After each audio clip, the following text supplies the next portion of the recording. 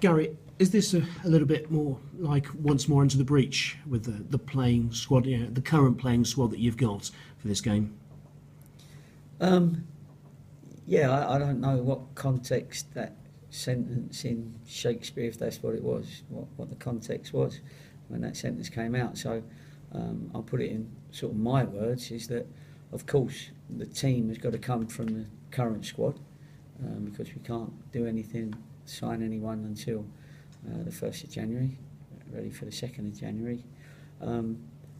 What I can tell you is at that point we will have, I'm pretty sure, 90% sure, 99% sure, that we'll have 3 new players for the 2nd of January. And I'm hoping that maybe 1 or 2 more, but that might have to wait a week or 2. I can't throw that out there yet, because in case Man United come in and decide that they like them as well, because nothing's actually signed and can't be signed until the contracts are signed on the 1st of January. So I've got to keep that. So once more into the breach, at the end of the day, it gives some of the lads an opportunity to gain a few brownie points at this late stage.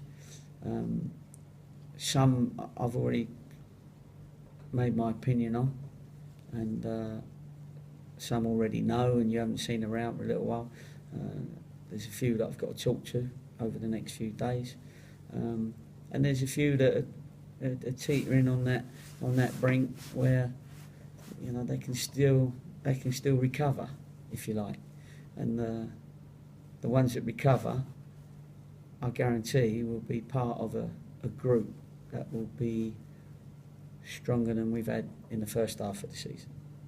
Is there pressure on you to offload some of the players who are currently in and around the squad, or do you keep those and strengthen the squad and make sure that you've got competition for places behind the new faces you're bringing in? Yeah, but you can't have too big a squad, because you can't keep them all happy. So there's players that haven't had many games. There's players that I think have not quite cracked it, and it's pointless keeping those players around when you'll have enough numbers anyway. So you're looking to bring in 3 or 4 loans, and I'm looking to bring in 1 or 2 proper signings. That's the idea, and then that sort of like helps half your team, and then obviously your subs bench always looks stronger when you do that. What's the situation with the 3 players who you're hoping to sign on the 1st of January? Have they been training with the squad already? How have they looked, if they have? Well, that I won't be saying whether they have or they haven't, but we know them inside out by now. We've watched all the games, we've spoke to people, and we feel they're the right characters to come into us. And as I say, we can only give you all the information on the 1st of January. So, you can all speculate like you've been doing, and as I say, sometimes you get it quite close, sometimes you're miles away, but it's happening at every club, so that's the nature of the way they've made the transfer windows. And the Cheltenhamification process, which has got to happen. What process? The Cheltenhamification process, the Cheltenhamifying process, gotcha, yeah. Of getting the new players up to speed with how things are here. I mean, will the style of the club change to accommodate those new players, or have they got to sort of fit in with how you want the team to be? Well, of course, they've got January. I couldn't turn it off.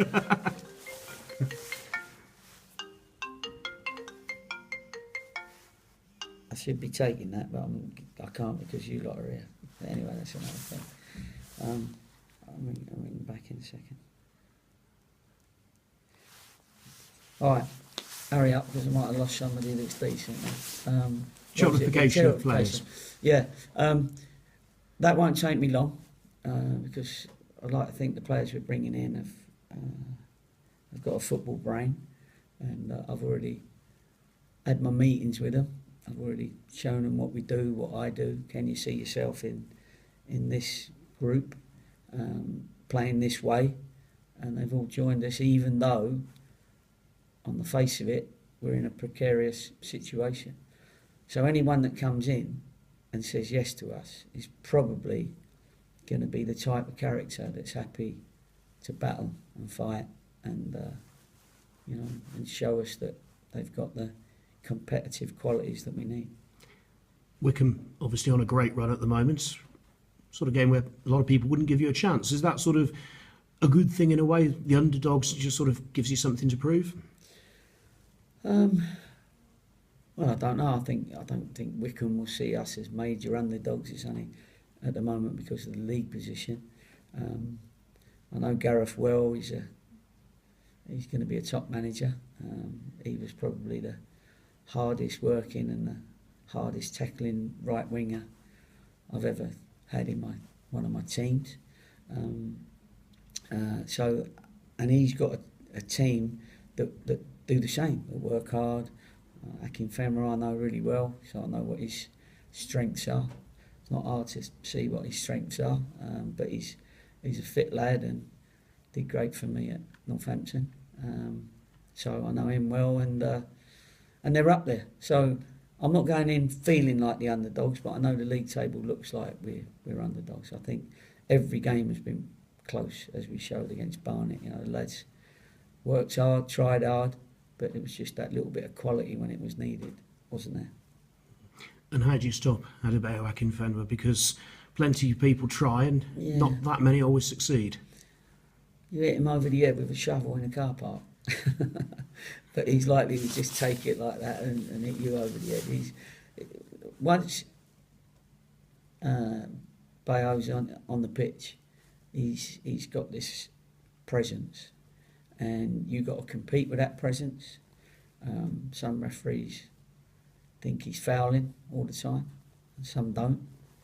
We'll have to wait and see which one we get, because his game is about body contact, and there's no finer, stronger body than Bayo, and he promotes that every other week, and he on different TV programs and that. But he's also very good in the air. He's not tall, very tall, but he's very strong in his arms and doesn't allow anyone to come into that space that he claims is his by having his arms out. But look forward to seeing him. Actually, when I last saw him, he said, "Don't be a stranger," and I'll always remember that, and be good to see him. Injuries? How's your squad? The squad is okay. We had a few sniffles going into the other game, and a couple of lads nearly didn't play but pushed themselves and ended up playing. But I think they're all over that now. We've got a later start today because obviously we've got to wait for the sun to get into our training ground, and obviously fog to clear. So we've told them to come in a little bit later. So I won't know for sure till they all get in. And Holman and Dayton, no ill effects from their appearances off the bench? No, well, they didn't. They didn't have that long, really, did they, to have any ill effects? But the good thing was that both of them felt that their injuries were fine. So certainly not as far as injuries concerned, no. Thanks, Gary. I'll let you take calls from agents. Yeah, thank you. That was an agent. That was a player.